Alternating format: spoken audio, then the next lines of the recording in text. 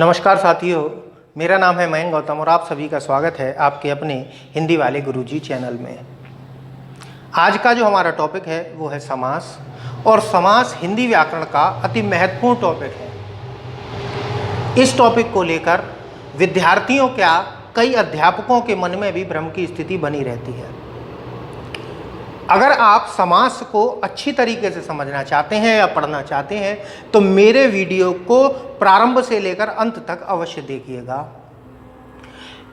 मैं जानता हूं ये जो मेरा वीडियो है थोड़ा लंबा हो सकता है और आपको लंबे वीडियो ज़्यादा पसंद नहीं है, लेकिन ये समझ लीजिए कि अगर आप समास अच्छी तरीके से पढ़ना चाहते हैं जिससे आपका परीक्षा में समास संबंधी प्रश्न गलत ना हो, तो समझ लीजिए कि इस वीडियो का आपके लिए एक एक जो पॉइंट है वो अति महत्वपूर्ण है।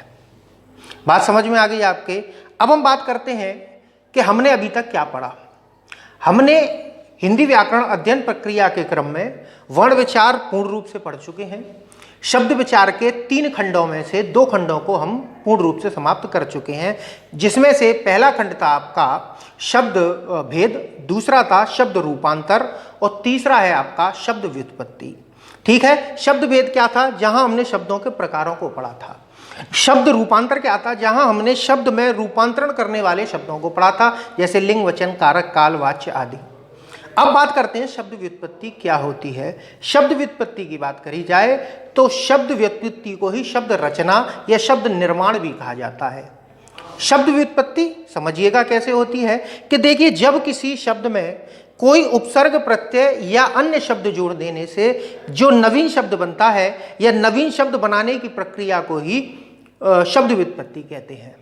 तो अब बात करी जाए कि हिंदी में शब्द व्युत्पत्ति जो है वो 2 रूपों में देखने को मिलती है। 2 रूप कौन कौन से है वो समझिएगा। देखिए, 2 रूपों में होती है शब्द निर्माण प्रक्रिया। पहली होती है शब्द प्लस शब्दांश और दूसरी होती है शब्द प्लस शब्द। ठीक है, अब शब्द प्लस शब्दांश और शब्द प्लस, ये 2 तरीके से प्रक्रियाएं चलती है। शब्द प्लस शब्दांश में अगर बात करी जाए तो शब्दांश 2 प्रकार के होते हैं। एक होता है उपसर्ग और दूसरा होता है प्रत्यय।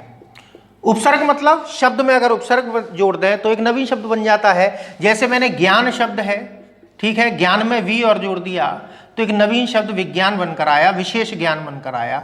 तो ये नवीन शब्द बन गया, अर्थात शब्द की क्या हो गई? व्युत्पत्ति हो गई, या कहा जाए एक नवीन शब्द की रचना हो गई। इसी तरीके से प्रत्यय में क्या होता है? प्रत्यय वे शब्द होते हैं जो शब्द के पीछे से जोड़े जाते हैं। जैसे कि अगर बात करी जाए लिख धातु में हम अक प्रत्यय जोड़ें तो शब्द बनता है आपका लेखक। ठीक है, लिख धातु थी जिसमें अक जोड़ा तो एक नवीन शब्द बनकर आया लेखक। तो ये भी कहा जाए तो एक नवीन शब्द की प्राप्ति होती है। शब्द प्लस शब्द जोड़कर नवीन शब्द बनाने की प्रक्रिया जो है वो 3 रूपों में चलती है। पहली है संधि द्वारा,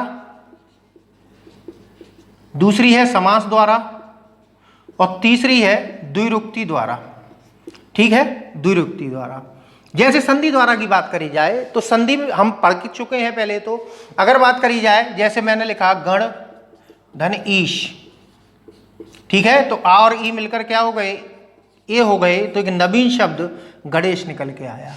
तो ये संधि द्वारा एक नवीन शब्द की उत्पत्ति हुई है। समास की बात करी जाए तो देखो, राजा का पुत्र,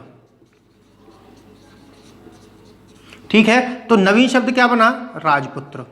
एक हमारे पास शब्द था राजा, रूढ़ शब्द, एक पुत्र रूढ़ शब्द था जिसको मिलाकर हमने राजपुत्र एक शब्द बनाया। द्विरुक्ति का मतलब होता है डबल कर देना, किसी शब्द की डबल कर देना ही द्विरुक्ति कहलाता है। जैसे रात एक शब्द था, हमने इसमें रात शब्द दोबारा जोड़ा तो क्या हो गया? रातों रात। ठीक है, एक एक शब्द को जोड़ा तो क्या बन गया? एका एक। ठीक है, एक एक अगर हम संधि में देखें तो एक एक बनेगा। ठीक है, ये क्या हो रहा है? द्विरुक्ति हो रहा है। जैसे टनाटन, ठीक है, टन टन, ये सभी क्या है? द्विरुक्ति है। ठीक है, इसको पुनरुक्त भी कहते हैं, पुनरुक्त भी कहा जाता है, द्विरुक्त भी। द्वि मतलब 2 और रुक्त मतलब उक्ति अर्थात कथन, अर्थात जब एक कथन को या एक शब्द को दोबारा लिख दिया जाता है तो द्विरुक्ति कहलाता है। तो ये बात आपकी समझ में आई। अब अगर हम निष्कर्ष तौर पर कहें तो हिंदी में शब्द निर्माण की प्रक्रिया 4 प्रकार से होती है। ठीक है, ये तो मैंने 2 रूपों में बताया था। प्रकार कितने हैं? क्योंकि परीक्षा में पूछा जाए आपसे कि हिंदी में शब्द निर्माण की प्रक्रिया कितने प्रकार से होती है, तो 4 प्रकार से होती है। कैसे होती है देखिए, एक उपसर्ग द्वारा, दूसरा प्रत्यय द्वारा, तीसरी संधि द्वारा और चौथा समास द्वारा। ठीक है, संधि, उपसर्ग और प्रत्यय। अगर संधि की बात करी जाए तो इसको हम पढ़ चुके हैं, मैं वीडियो बना चुका हूं, संधि पर आप देख सकते हैं। आज हम चर्चा करेंगे समास की, इसके बाद में समास खत्म हो जाएंगे तो फिर उपसर्ग और प्रत्यय को पढ़ेंगे। तो चलिए शुरुआत करते हैं हम समास की। देखिए, समास मैंने अभी थोड़ी देर पहले बताया था कि समास हिंदी व्याकरण का अति महत्वपूर्ण टॉपिक है। क्यों है? क्योंकि समास के प्रयोग से भाषा में सुंदरता आती है और कई सारे शब्दों के स्थान पर एक शब्द प्रयोग करने से गरिमा बनती है भाषा की।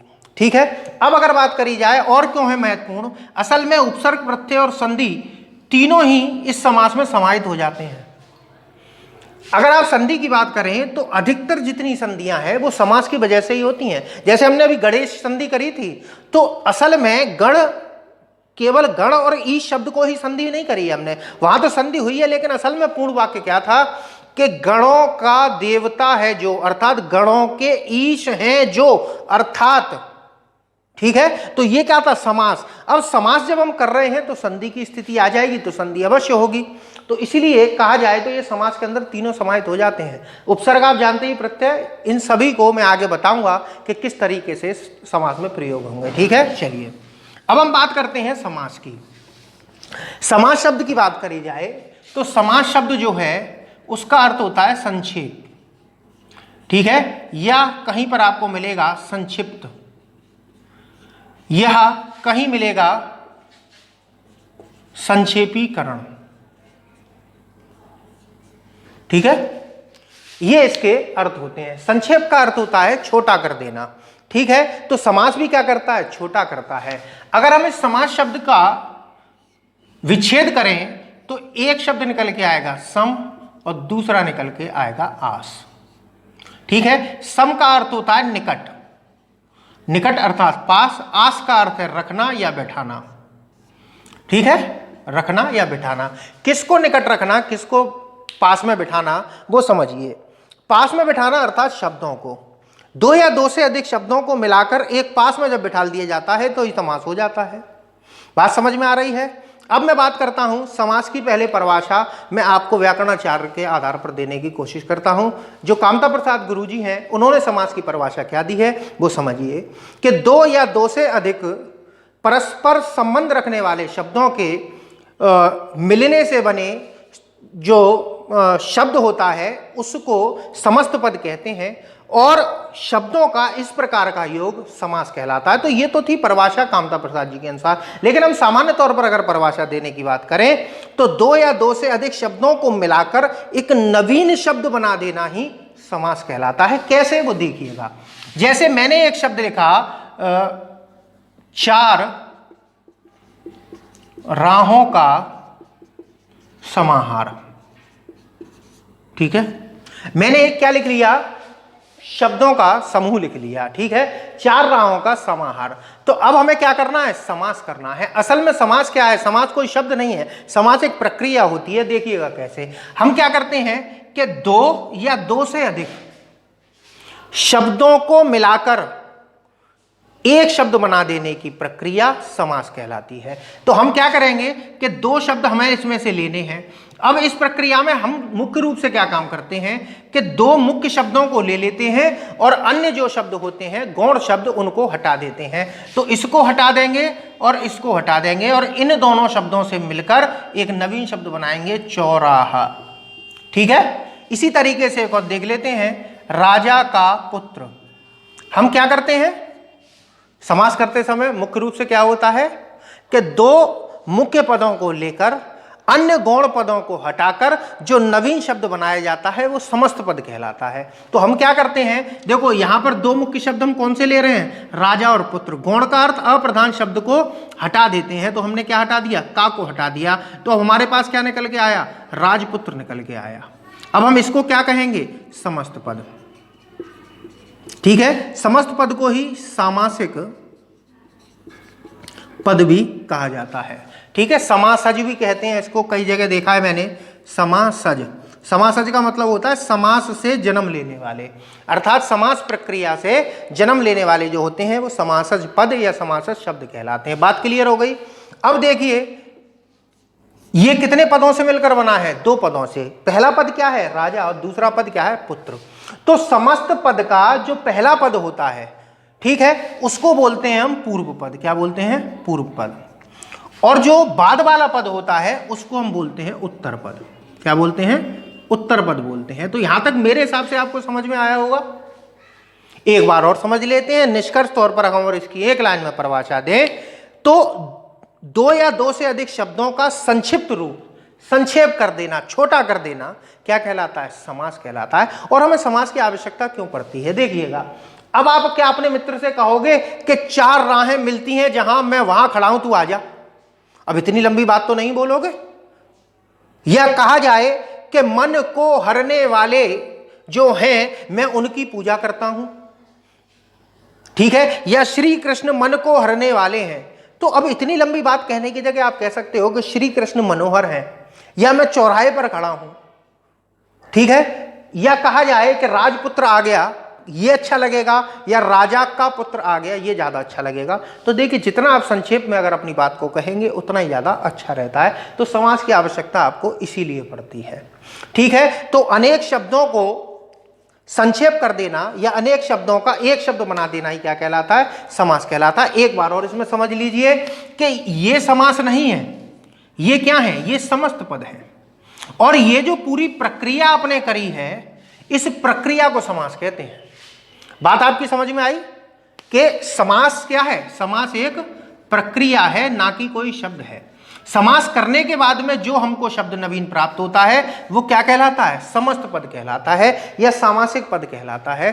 और ये जिन 2 शब्दों से निकल के आते हैं ये पद, उन्हीं को हम क्या कहते हैं? पूर्व पद, और दूसरे वाले को कहते हैं उत्तर पद। जैसे इस चौराहा शब्द में आप मुझे ये बताइए कि पूर्व पद क्या है? इसमें पूर्व पद है चौ और दूसरा पद है रा। उत्तर पद रा है और पहला पद है चौ। असल में 4 का चौ हो जाता है, ठीक है। 4 पाए, जिसके 4 पाए हों, 4 पैर हों, उसको हम क्या कहते हैं? चौपाया कहते हैं। तो 4 का चौ हो जाता है, 2 का दू हो जाता है, ठीक है, 1 का इक हो जाता है। ये हिंदी की में या कहा जाए समाज में, इनको मैं जब दिगु पढ़ाऊंगा तब आपको अच्छी तरीके से समझाई दूंगा। तो यहां तक मेरे हिसाब से आपको बात समझ में आई होगी। अब विग्रह क्या होता है वो समझ लेते हैं।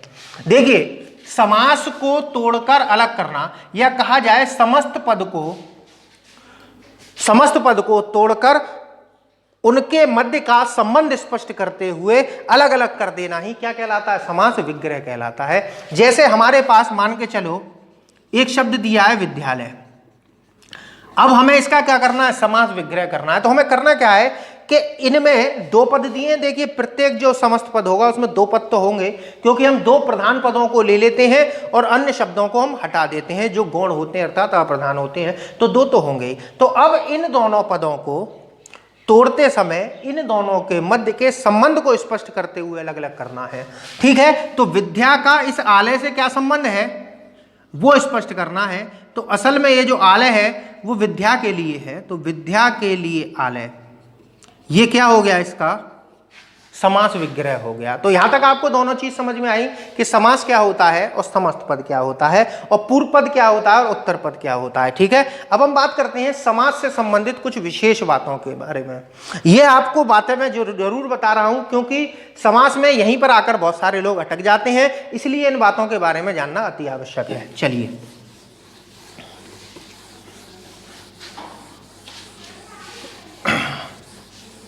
हाँ जी, एक एक पॉइंट मैं लिखता जाऊंगा और आपको उसका स्पष्टीकरण देता जाऊंगा। देखिए, सबसे पहली बात जो है समास में वो ये है कि समास करते समय या समास में कम से कम 2 शब्द होने अति आवश्यक है। कैसे? वो देखिए, पहला है समास के लिए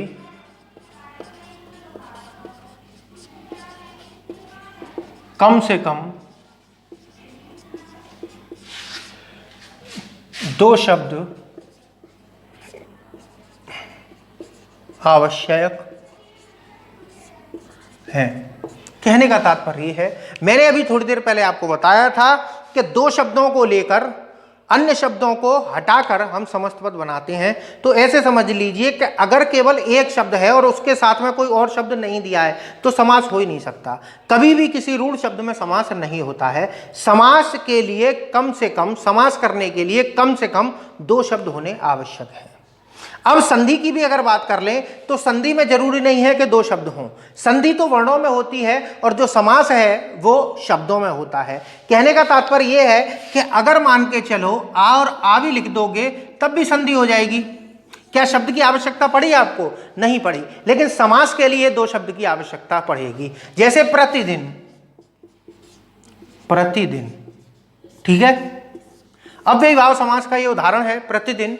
अगर बात करी जाए तो प्रति और दिन 2 हमारे पास क्या है? शब्द। शब्द या शब्दांश की बात कर रहा हूं। तो इन दोनों के मिलने से क्या हो जाएगा? समास हो जाएगा। और लेकिन कहीं पर केवल दिन ही शब्द लिखा हुआ है तो इसमें कोई समास नहीं है। क्यों? क्योंकि ये एक रूढ़ शब्द है। तो समास के लिए कम से कम कितने शब्द आवश्यक हैं? 2 शब्द आवश्यक हैं। ठीक है, चलिए। दूसरा इसका मुख्य बात क्या है कि अनेक शब्द मिलकर एक हो जाते हैं।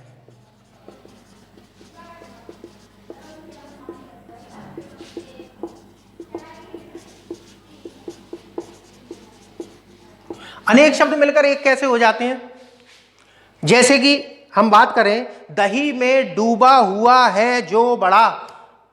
दही में डूबा हुआ है जो बड़ा, तो यहां कितने शब्द हैं? अनेक शब्द हैं। लेकिन इन शब्द को मिला के, इन अनेक शब्दों के स्थान पर हम एक शब्द का प्रयोग भी तो कर सकते हैं, दही बड़ा।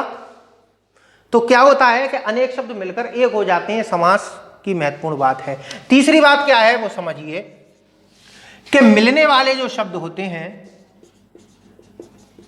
मिलने वाले शब्दों के प्रत्यय विभक्ति आदि का लोप हो जाता है। प्रत्यय विभक्ति आदि का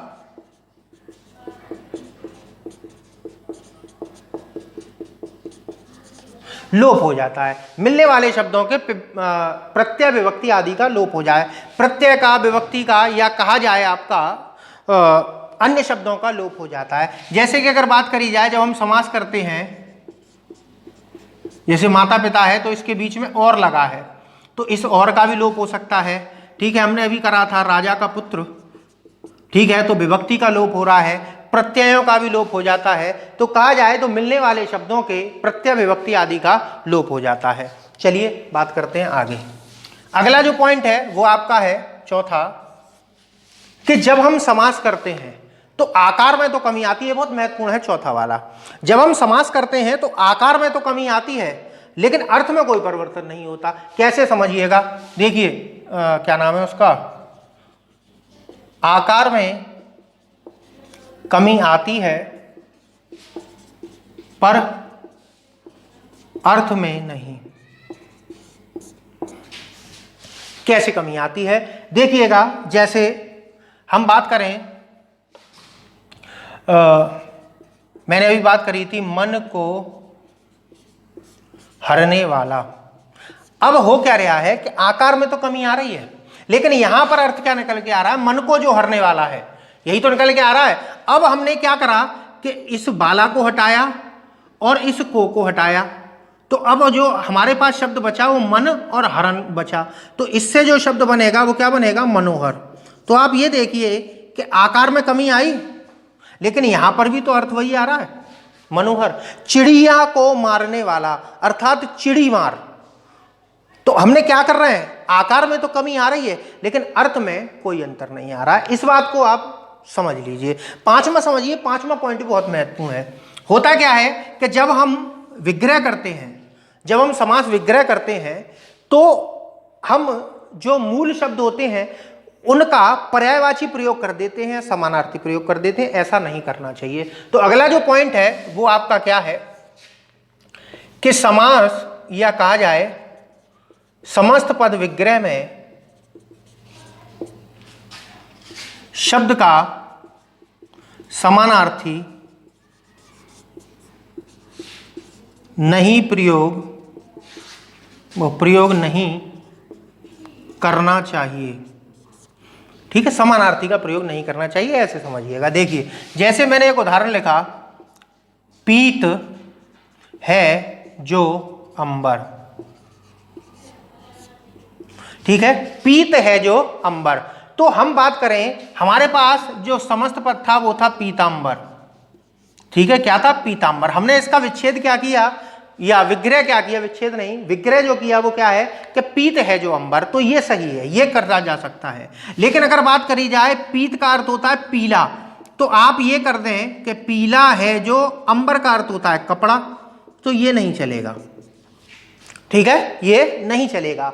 यानी कि कहने का तात्पर्य कि जब समस्त पद का हम विग्रह कर रहे होते हैं तो जो समस्त पद के दोनों पद होते हैं उनको उसी रूप में प्रयोग किया जाता है, उनके समानार्थी का या पर्यायवाची का प्रयोग नहीं किया जाता। ठीक है, चलिए अगले नियम की तरफ चलते हैं। अगला नियम क्या है, छठा, वो समझिए।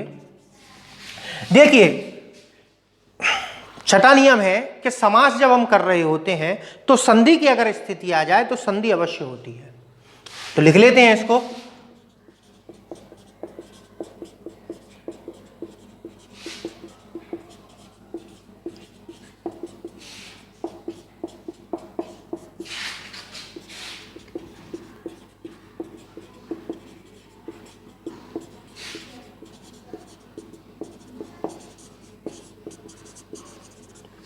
देखिए, जब हम समास कर रहे होते हैं तो संधि की अगर स्थिति आ जाए तो संधि अवश्य होती है।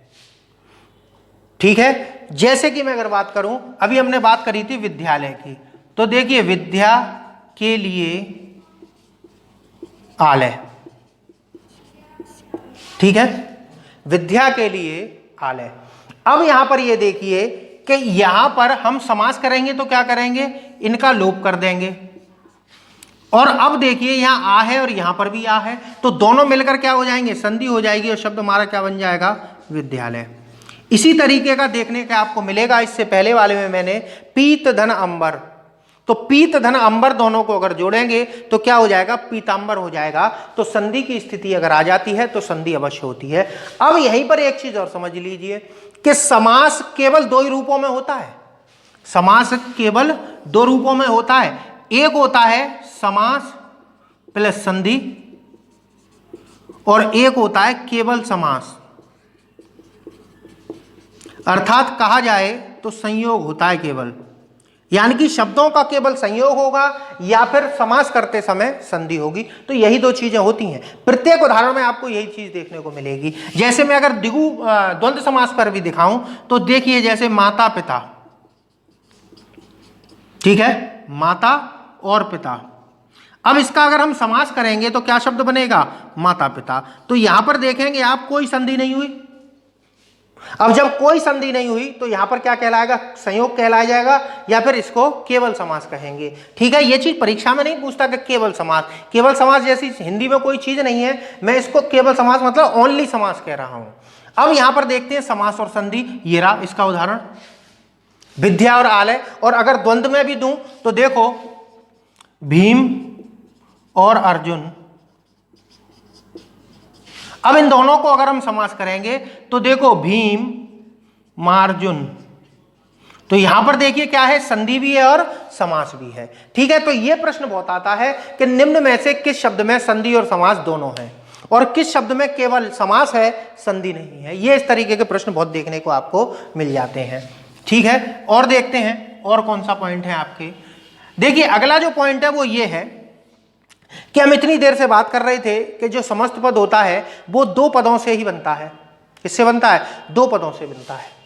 अगर बात करी जाए तो जरूरी नहीं है कि किसी भी समस्त पद में दो ही पद हों, दो से अधिक पद भी हो सकते हैं, और जरूरी नहीं है कि उसमें केवल एक ही समास हो, एक से अधिक समास भी हो सकते हैं।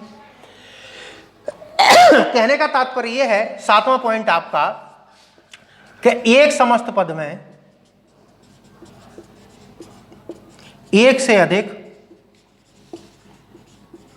पद एवं एक से अधिक समास हो सकते हैं।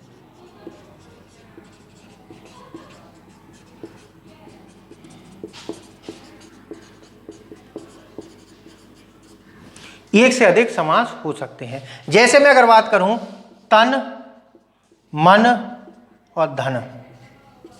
अब यहां देखिए, ये एक समस्त पद है, तन और मन और धन। ठीक है, अब यहां पर एक समस्त पद में एक से अधिक पद हो सकते हैं। ज्यादातर आपने ये पढ़ा होगा कि समस्त पद में दो ही पद होते हैं। कई लोगों से आपने इसको पढ़ा होगा कि समस्त पद में केवल दो ही पद होते हैं। समस्त पद में दो ही पद अधिकतर होते हैं, लेकिन हमेशा ऐसा नहीं होता। जैसे यहां पर देखोगे तन मन धन, यहां तीन तीन पद हैं, ठीक है, लेकिन समास इसमें दोनों आपके बार द्वंद्व ही है। अब एक ऐसा उदाहरण देखते हैं जहां पद भी अधिक हो और समास भी अलग अलग हो। जैसे मैं अगर कहूं, एक शब्द है महाराज पुत्र। अब इस शब्द की बात करी जाए तो इस समस्त पद में तीन पद हैं। एक है महान, दूसरा है राजा और तीसरा है पुत्र। ठीक है, अगर मैं इसका विग्रह अलग अलग तरीके से करूं तो देखिए, महाराज अगर शब्द की बात करीजिए तो महान है जो राजा, कौन सा हो गया, कर्मधारय, ठीक है। और दूसरा समास क्या कौन सा होगा, महाराज का पुत्र, अर्थात तत्पुरुष। तो देखिए मैंने क्या बताया कि एक समस्त पद में एक से अधिक पद हो सकते हैं, जैसा कि आपको यहां देखने को मिल रहा है। इसी तरीके से एक शब्द है सूर्योदय बेला, तो सूर्य के उदय की बेला है, दोनों बार तत्पुरुष समास, लेकिन देखा जाए तो एक से अधिक पद भी है। तो कहा जाए तो एक से अधिक पद भी हो सकते हैं समस्त पद में, और एक से अधिक समास भी हो सकते हैं एक समस्त पद में। जैसे कि इस समस्त पद में दो समास हैं। अगर आपसे पूछे कि इस समस्त पद में कितने समास है तो आप दो बताओगे। पहला तो है कर्मधार और दूसरा कौन सा है, तत्पुरुष है। ठीक है, ये बात आपकी अच्छी तरीके से समझ में आई। अब अगला पॉइंट जो है वो सबसे ज्यादा महत्वपूर्ण है, बच्चे यहीं पर आकर अटक जाते हैं। वो क्या है कि वो ये पूछते हैं कि अरे मास्टर साहब ये बताइए कि हमने ये देखा है कि कोई कोई शब्द समास में ऐसा होता है जिसमें कई सारे समास होते हैं,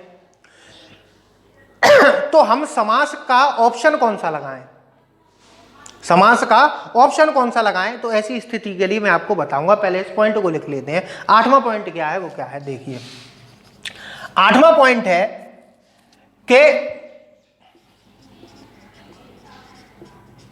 एक समस्त पद में एक से अधिक समास व अनेक प्रकार से विग्रह हो सकता है। ठीक है, कोई भी समस्त पद है उसमें उस समस्त पद का एक से अधिक समास हो सकते हैं और उसका विग्रह भी अनेक प्रकार से हो सकता है। तब हम चयन किस तरीके से करेंगे, पहले एक उदाहरण देख लेते हैं। देखिए, जैसे कि एक शब्द मैंने ले लिया सत्यव्रत। सत्यव्रत जो शब्द है इसका जो विग्रह है वो अनेक प्रकार से हो सकता है। कहने का तात्पर्य है कि अनेक प्रकार के इसमें समास हो सकते हैं। तो देखिए, अगर मैं बात करूं सत्य का व्रत, सत्य के लिए व्रत,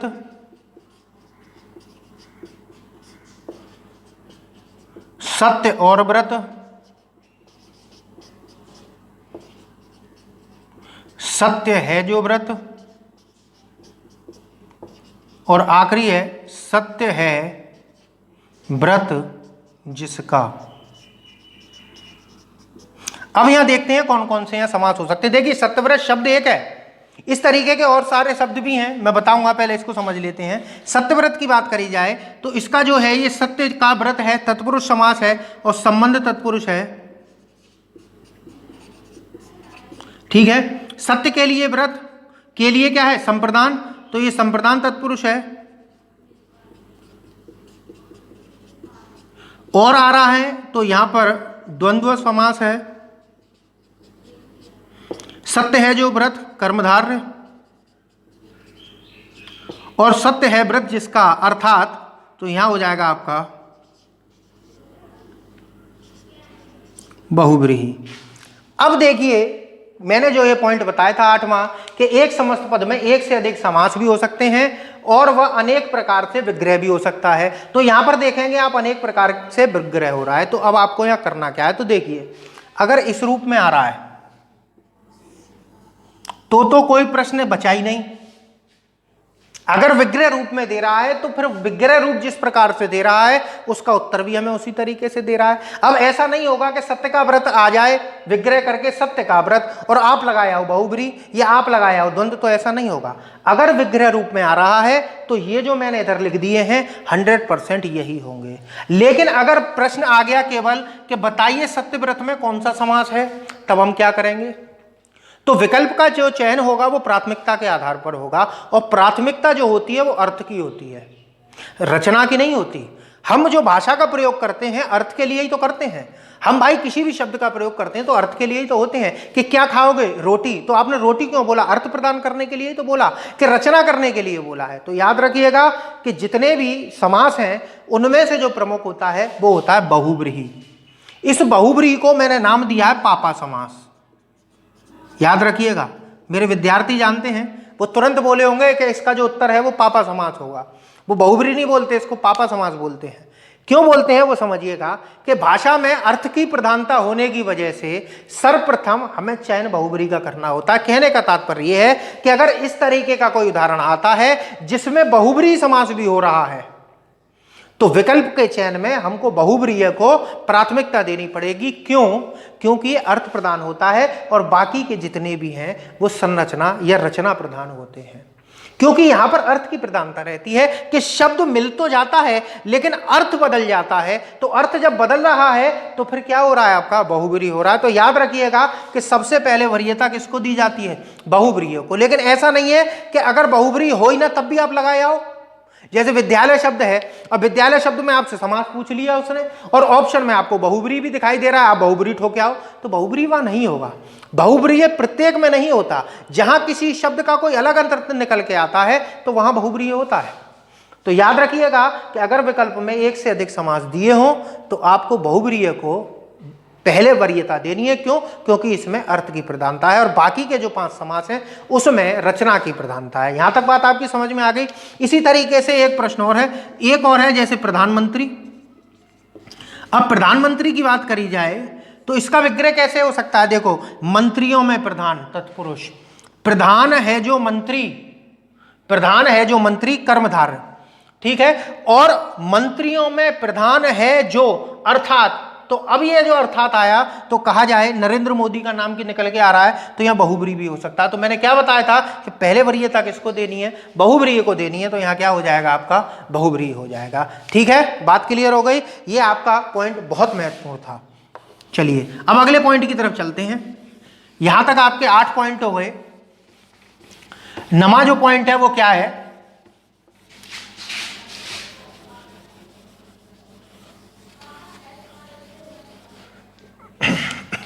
हाँ जी, नमा जो पॉइंट है वो समझिए। बिगड़ा नहीं ढंग से, वो कहाँ है? डस्टर।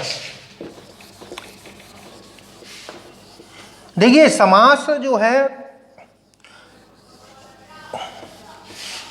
बहुत अच्छी तरीके से अगर आप समझ में आ रहा है आपके तो आप जरूर लिखिएगा कमेंट बॉक्स के माध्यम से। ठीक है, चलिए अगला जो पॉइंट है वो समझिए। असल में जो अगला पॉइंट है वो संबंधित है आपके संधि और समास से। संधि और समास से है। मैंने एक बात तो लिखा दी कि जब संधि की स्थिति आती है तो संधि अवश्य होती है। अब जो अगला पॉइंट है वो समझिए विग्रह से संबंधित है। देखिए, जो संधि होती है, संधि में वर्णों का मेल होता है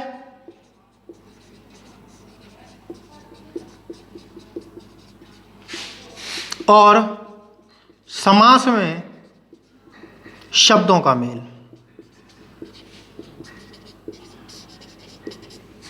ठीक है, संधि में किसका मेल होता है? वर्णों का मेल होता है और समास में शब्दों का मेल होता है।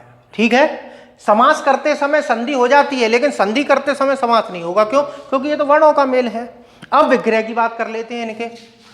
देखिए, संधि को तोड़ना विच्छेद कहलाता है और समास को अलग करना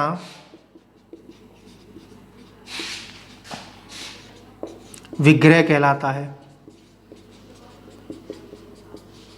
समझ लीजिए विग्रह और विच्छेद में अंतर क्या है। विच्छेद, छेद अर्थात तोड़ देना, तो संधि में हम क्या करते हैं कि किसी भी वर्ण को तोड़कर दो भागों में विभाजित कर देते हैं, एक वर्ण को तोड़कर, तो वहां वर्णों को तोड़कर विच्छेद होता है और यहां पर शब्दों का विग्रह, विग्रह का मतलब बिछड़ना, एक दूसरे अलग करना। तो समास में हम क्या करते हैं, दो शब्दों को एक दूसरे से क्या कर देते हैं, अलग कर देते हैं। तो वहां क्या कहलाता है, समास को अलग करना विग्रह कहलाता है। अब ये समझ लीजिए, कभी कभी इनके विलोम शब्द पूछ लेता है कि संधि का विलोम शब्द क्या है। तो संधि का जो विलोम शब्द है वो है विग्रह। संधि का अर्थ है जोड़ना, विग्रह का अर्थ है अलग करना। और जो समास का विलोम शब्द है वो व्यास कहलाता है। क्यों कहलाता है, क्योंकि समास का अर्थ है संक्षेप अर्थात छोटा करना, और व्यास का अर्थ है विस्तारित कर देना या विस्तार कर देना। तो यहां तक तो थे इसके कुछ नियमों की बात। 10 इसके मुख्य रूप से मैंने नियम बताए हैं। कहने को तो अभी इसमें बहुत सारे नियम हो सकते हैं, जैसे एक नियम है उसमें कुछ अपवाद भी हैं। देखिए, जब भी समास होता है तो दोनों पद एक जैसे होने चाहिए। कैसे, या तो संस्कृत के हों यानी कि तत्सम होने चाहिए, या फिर तद्भव होने चाहिए, या दोनों के दोनों देशज होने चाहिए, या दोनों के दोनों विदेशज होने चाहिए। ठीक है, जैसे कि अगर मैं तीनों की बात करूं, जैसे एक आपने प्रति ध्वनि, ठीक है, प्रतिध्वनि का अगर समास किया तो ये क्या हो जाएगा, प्रतिध्वनि। ठीक है, बात क्लियर हो गई। तो ये दोनों ही शब्द कैसे हैं, तत्सम है। या विद्या के लिए आलय, दोनों ही शब्द कैसे हैं आपके, तत्सम है। तो विद्या भी तत्सम है, आलय भी तत्सम है। तो दोनों के मिल जाने से क्या हो जाएगा, समास हो जाएगा। तो जो चीज मैं बता रहा था 11वां नियम क्या है, वो ये है। हिंदी की अगर बात करी जाए तो हिंदी में कहा जाए चार राहों का समाहार, तो हमने क्या बनाया था, शब्द चौराहा बनाया था। तो वो थे दोनों ही तद्भव शब्द। अब बात करी जाए उर्दू की या कहा जाए फारसी की, तो देखो बद और जब बू से मिलेगा तो क्या बन जाएगा, बदबू। बद का मतलब क्या होता है, बुरा, और बू का अर्थ होता है गंध। तो बदबू शब्द हम प्रयोग करते हैं। तो ये क्या है, दोनों एक जैसे शब्द हैं अर्थात विदेशी शब्द हैं। लेकिन इसमें कुछ अपवाद आपको देखने को मिलेंगे। जैसे रेलगाड़ी है। अब रेलगाड़ी क्या है, रेल आपका अंग्रेजी भाषा का शब्द है और गाड़ी हिंदी भाषा का शब्द है, या कहा जाए तद्भव शब्द है। तो वो भी आपका मेल हो रहा है। तो इसमें कुछ अपवाद है। देखिए, कोई भी भाषा में कहा जाए तो अपवाद अवश्य होते हैं। प्रत्येक कभी भी आप किसी के नियम पढ़ रहे होते हैं तो उसमें अपवाद अवश्य देखने को मिल जाते हैं। तो ये थे इसके कुछ नियम।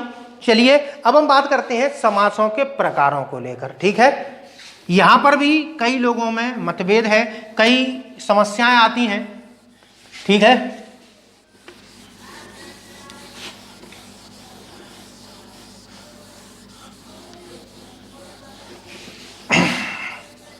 हाँ जी, देखिए,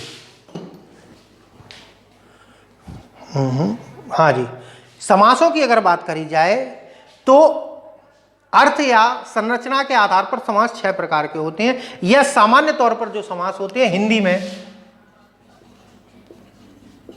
सामान्यतः समास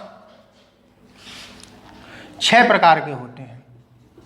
कितने प्रकार के, 6 प्रकार के होते हैं। इनको हम संरचना या रचना के आधार पर वर्गीकृत करते हैं, या कहा जाए कभी पूछे रचना के आधार पर समास कितने हैं, तो 6 हैं। ठीक है, तो या कहा जाए कि समास के कुल कितने प्रकार हैं हिंदी में, तो 6 प्रकार के समास होते हैं। ठीक है, लेकिन अगर पूछ ले आपसे प्रधान पद के आधार पर समास कितने प्रकार के हैं, देखिए प्रधान पद के आधार पर समास,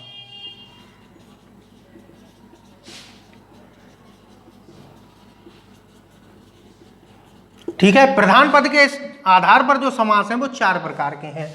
अब ये प्रधान पद तो आपने समझ लिया, लेकिन ये प्रधान पद होता क्या है उसको समझ लेते हैं। ठीक है, पहले मैं कुछ समस्त पद लिख ले रहा हूं, उसके बाद में बात करूंगा। जैसे एक समस्त पद मैंने लिखा राजपुत्र, ठीक है, मैंने लिखा भरपेट, भरपेट की जगह प्रतिदिन लिख लो, ज्यादा अच्छा लगेगा, प्रतिदिन।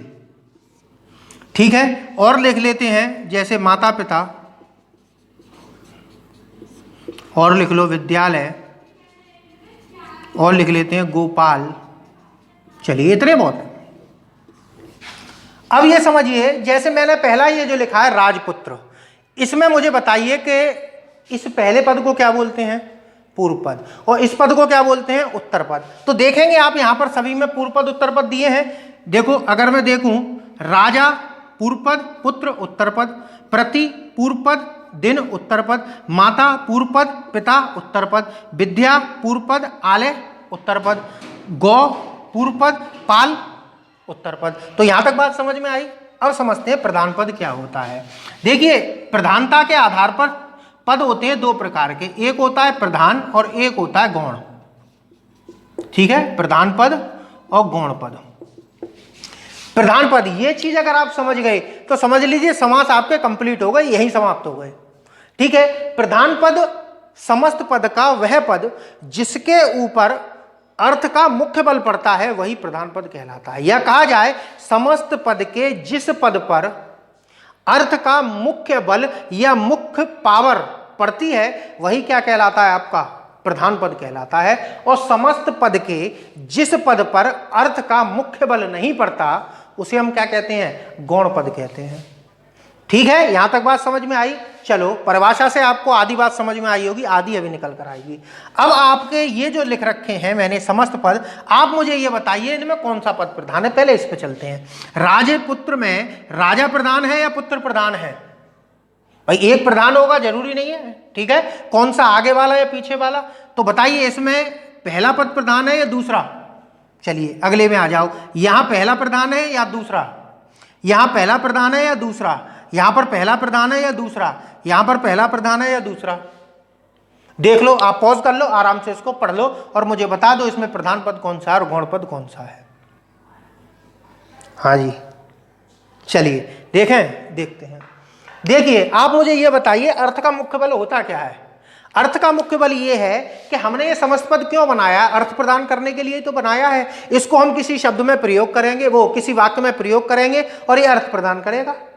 क्योंकि केवल शब्दों से ही तो पूर्ण अर्थ निकल के नहीं आता, अर्थ पूर्ण रूप से निकल के आता है वाक्यों से। तो वाक्य में जब इसका प्रयोग किया जाएगा तो मुख्य रूप से किस पद का अर्थ अधिक निकल के आएगा। कैसे एक वाक्य में प्रयोग करते हैं, देखो, मैंने राजपुत्र को बुलाया, मैंने राजपुत्र को बुलाया। तो ये बताइए आपने राजा को बुलाया कि पुत्र को बुलाया?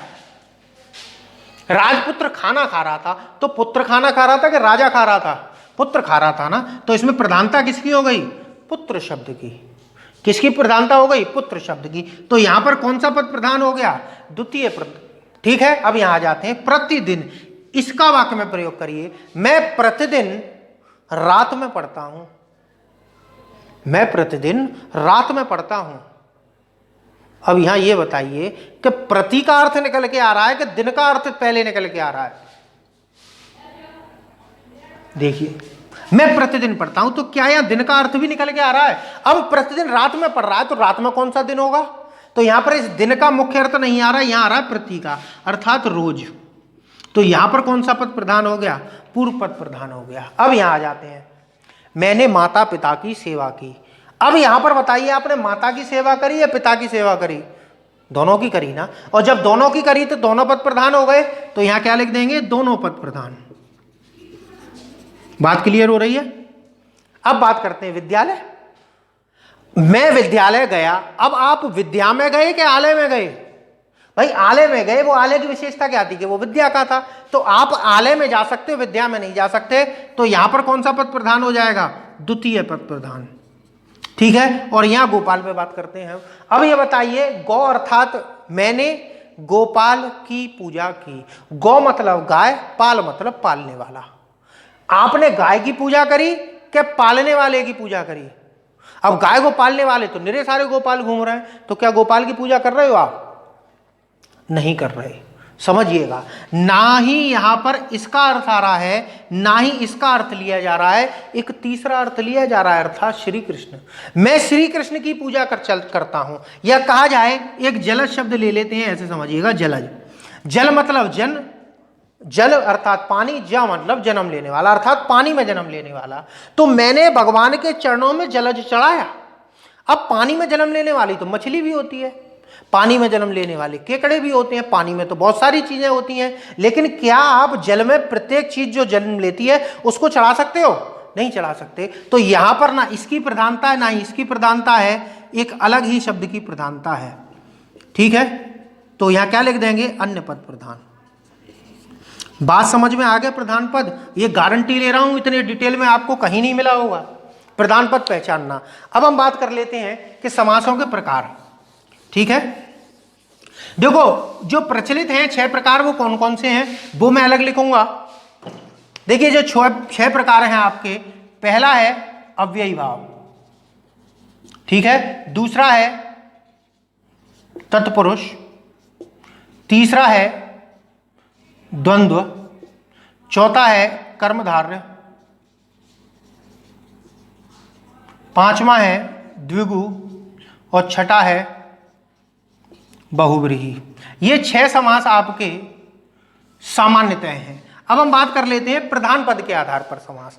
प्रधान पद के आधार पर समास जो है, पहला है अव्ययी भाव,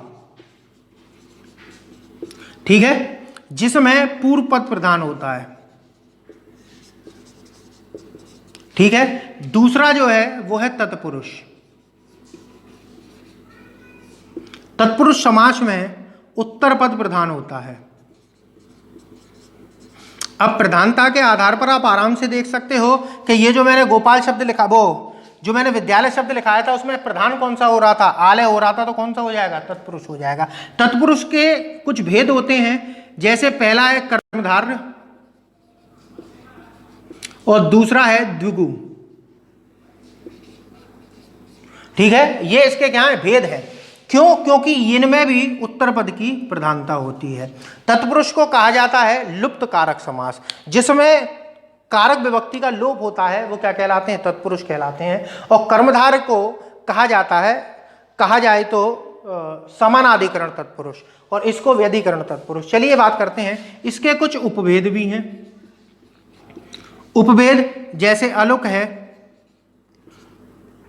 अलुक तत्पुरुष, नय, प्रादि और उपपद, ये इसके 4 उपभेद हैं। लेकिन अधिकतर इसमें से अलुक और ये जो उपपद है, ये वो प्रादि है, ये संस्कृत में प्रयोग होते हैं। हिंदी में नय और उपपद में अच्छी तरीके से आपको समझाऊंगा।